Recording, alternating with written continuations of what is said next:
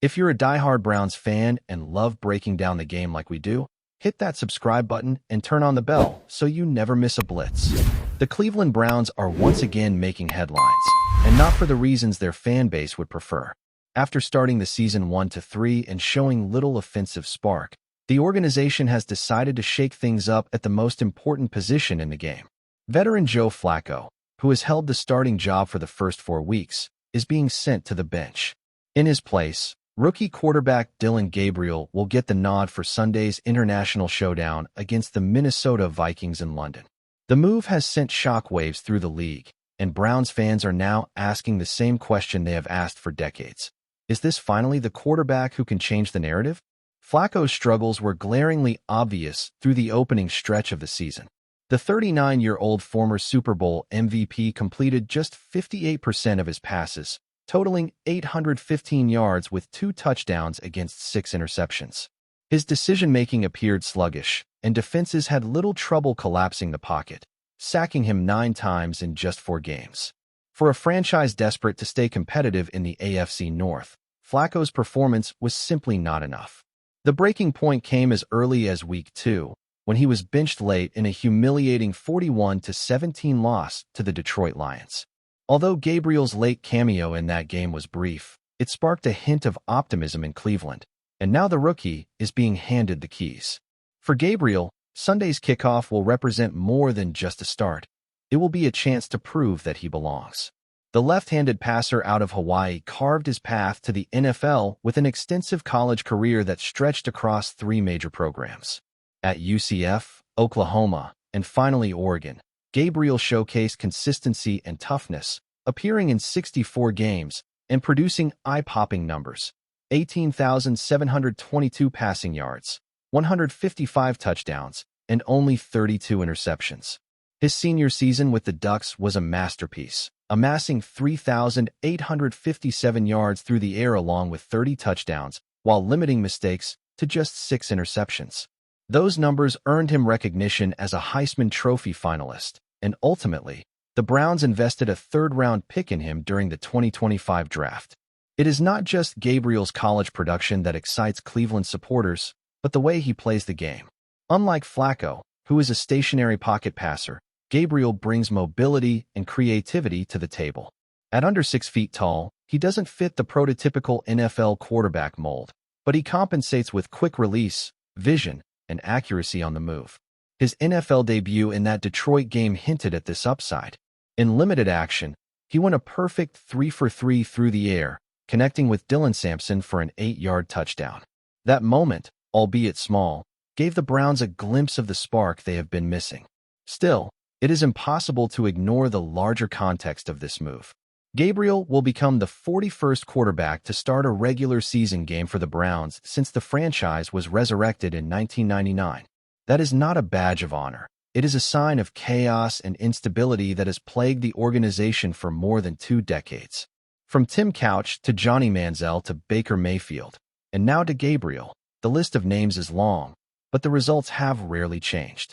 Since Kevin Stefanski took over as head coach in 2020, Gabriel will mark the 12th different starter under his watch. While Stefanski has managed to guide Cleveland to 2 playoff appearances during his tenure, the lack of consistency at quarterback has continued to hold the team back. This decision is not just about Gabriel's future. It is also a verdict on Flacco's present. Analysts across the football world have been openly critical of the Browns' insistence on riding with the veteran to start the year. Former head coach Rex Ryan did not mince words on ESPN's Get Up, where he flatly stated, "This guy can't play. He couldn't play 8 years ago. He's your starting quarterback? Give me an absolute break." Ryan even went so far as to say he didn't care who replaced Flacco, emphasizing that anyone, whether it be Gabriel or another rookie, would be a better option at this stage. His passionate take has resonated with fans who watch Flacco's decline with growing frustration. Yet, the question now becomes whether Gabriel can handle the pressure of being thrust into the spotlight so quickly. He is walking into a tough situation, a team desperate for stability, a fan base starved for success, and a franchise haunted by its quarterback carousel. On top of that, his first start comes on a global stage in London, where the Browns and Vikings will be showcased in front of an international audience. That kind of pressure can either forge a player's confidence or expose his flaws, and Cleveland is hoping for the former. The matchup itself presents unique challenges. Minnesota, though not among the league's elite defenses, is opportunistic and aggressive. Their pass rush will test Gabriel's ability to read blitzes and make quick decisions, while their secondary is known for disguising coverages that can confuse even veteran quarterbacks. Gabriel's mobility could prove to be a critical asset here, allowing him to extend plays and create opportunities outside of structure. For the Browns, success will depend on keeping him upright and allowing him to get into a rhythm early. The offensive line, which has struggled in pass protection through the first month, will carry a massive responsibility in this game. From a broader perspective, this move is also about injecting life into a season that was quickly slipping away. At 1-3, Cleveland is already staring up at rivals in the division, and the margin for error in the AFC is razor thin. A loss in London would drop them to 1-4, making playoff hopes little more than a distant dream. By turning to Gabriel now, the Browns are signaling that they would rather take a gamble on potential than cling to a fading veteran.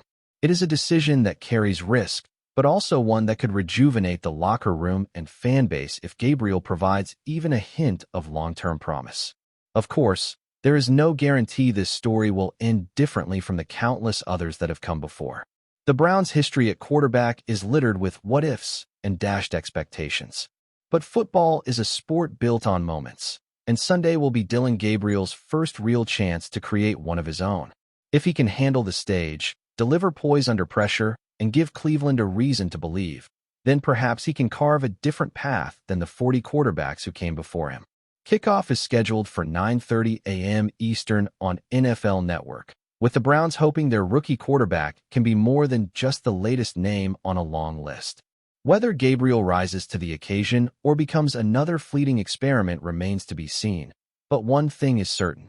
All eyes will be on London as Cleveland takes yet another swing at solving the puzzle that has defined the franchise for over 2 decades. For the Browns, it is not just a game.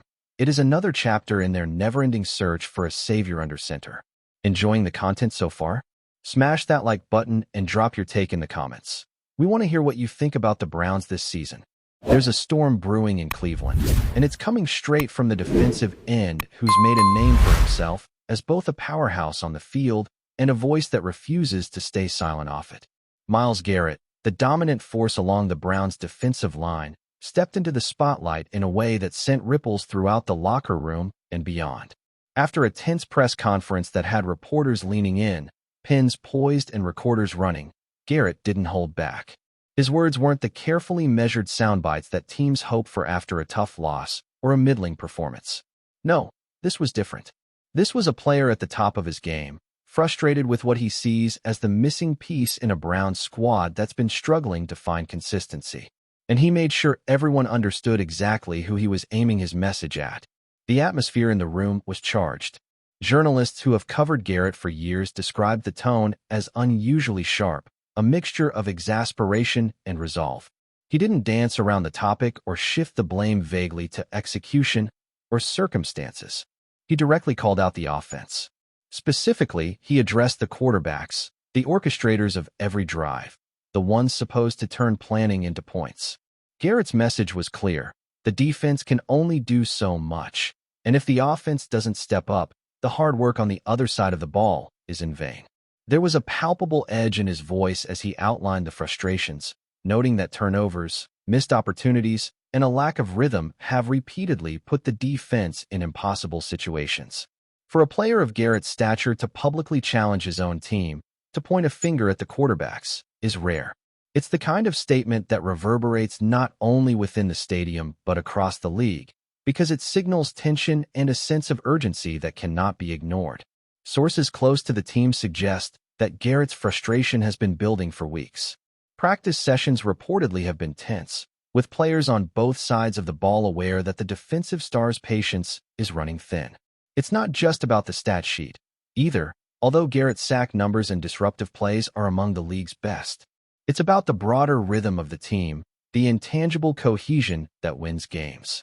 When a defense spends every week putting its body on the line, eating up snaps, and maintaining pressure only to see the offense stall repeatedly, resentment can quietly fester. Garrett chose to make that quiet resentment public, and the ripple effect is significant. In a league where internal conflict can derail seasons, even a hint of discord between high-profile players and quarterbacks is newsworthy. Interestingly, the timing of Garrett's comments adds another layer to the narrative. The Browns are at a critical juncture in the season, a stretch where every game matters, and playoff hopes hinge on both consistency and execution. Garrett's critique, coming publicly, can be seen as both a warning and a rallying cry. Some insiders believe that this move was calculated, meant to ignite a response from the offense, to shake the quarterbacks awake from what he perceives as complacency. Others worry it could backfire, creating unnecessary tension in the locker room, especially if the offense interprets the remarks as personal attacks rather than team-oriented motivation. The fine line between leadership and confrontation is always thin, and Garrett is walking it in front of the entire NFL audience. The quarterbacks themselves have yet to respond in depth. Brief post-practice comments were polite, almost neutral, but those who watch their interactions closely note subtle signs. A tighter jaw here, a pause there, a shift in body language that hints at awareness of the criticism. No one wants to admit publicly that a teammate's critique stung, yet the room's energy suggests it did. Analysts and fans are already speculating about who might be most affected. Is it the veteran starter, someone whose legacy carries expectations of leadership, or the younger QB, still finding his footing in a complex system? The answer is likely both, and the challenge now becomes transforming that tension into performance rather than letting it erode team chemistry. Garrett's comments might act as a catalyst, but whether it's positive or negative will depend on how the offense reacts on the field. The broader NFL community has taken notice, naturally. Garrett is no stranger to headlines, but this marks a different kind of story, less about on-field heroics and more about the psychology of a team under pressure. Rumors are already swirling, with insiders hinting at late-night meetings, extended film sessions, and private conversations designed to address the tension. Some believe the coaching staff will have to intervene carefully, balancing the star power of Garrett with the development and confidence of the quarterbacks. The optics matter just as much as the performance. In a league where locker room harmony is often cited as a key to success, a public call-out like this is a gamble. But Garrett, a player known for intensity and a no-nonsense approach, clearly decided it was a risk worth taking. Fans have had a field day with the scenario. Social media platforms are ablaze with opinions ranging from total support for Garrett's boldness to criticism that he should handle it internally. Highlight reels are paired with clips of the offense's struggles, and hashtags trend within minutes of the press conference. The narrative is growing organically. A star defensive player, frustrated with lackluster offensive output, challenging the quarterbacks to rise to the occasion. The drama isn't just a storyline. It's a conversation starter, one that fans and commentators alike are dissecting with fervor. In today's NFL, where the personal dynamics of star athletes can define a season almost as much as strategy, Garrett's words carry weight far beyond a simple quote in the press. Some teammates have tried to downplay the comments publicly, emphasizing unity and collective responsibility, but insiders indicate the locker room discussions are far from calm. The conversations are intense, charged, and candid, with players unpacking what Garrett said and what it implies about accountability. It's not just a simple disagreement. It's a litmus test for leadership and resilience. The offense, led by quarterbacks who know that public criticism from a teammate of Garrett's caliber is both rare and significant, now faces the challenge of proving themselves not just in practice, but in upcoming games that could define the Browns' season trajectory. Every throw, every read, every decision in the huddle carries the weight of this moment. Meanwhile, sports analysts are speculating on the long-term implications. Could this lead to a more motivated offense, a unit galvanized to silence doubt with performance on the field? Or could it trigger deeper fractures, exposing vulnerabilities that other teams might exploit? Garrett himself seems unconcerned with how the comments will be received outside of Cleveland. For him, it appears to be about accountability and standards. He knows his reputation as a defensive juggernaut is established. Now, he's leveraging that authority to demand excellence from the rest of the team. It's a bold move, but one consistent with the kind of player Garrett has always been: direct, unapologetic, and unwilling to settle for mediocrity. In the end, the next few weeks will be telling. The offense has the opportunity to respond, to turn a tense public critique into fuel for performance. The defense, emboldened by Garrett's leadership, is unlikely to soften its edge. And the fans? They'll be watching, tweet by tweet, highlight by highlight, as this story unfolds. It's a classic case of star power colliding with team dynamics, of frustration meeting opportunity, and of one player daring to speak truth to power in the high-stakes world of professional football. If Garrett's message resonates, the Browns could transform adversity into momentum. If not, the rumble we're witnessing now could become a roar of locker room tension echoing through the season. Either way, the conversation he started is only getting louder, and every eye in the NFL is watching to see who will rise to the challenge and who will crumble under the spotlight Garrett has turned toward them. Thanks for riding with us on another Browns Blitz. If you liked the video, share it with a fellow fan, hit subscribe, and ring that bell so you're always part of the Dawg Pound conversation. Go Browns!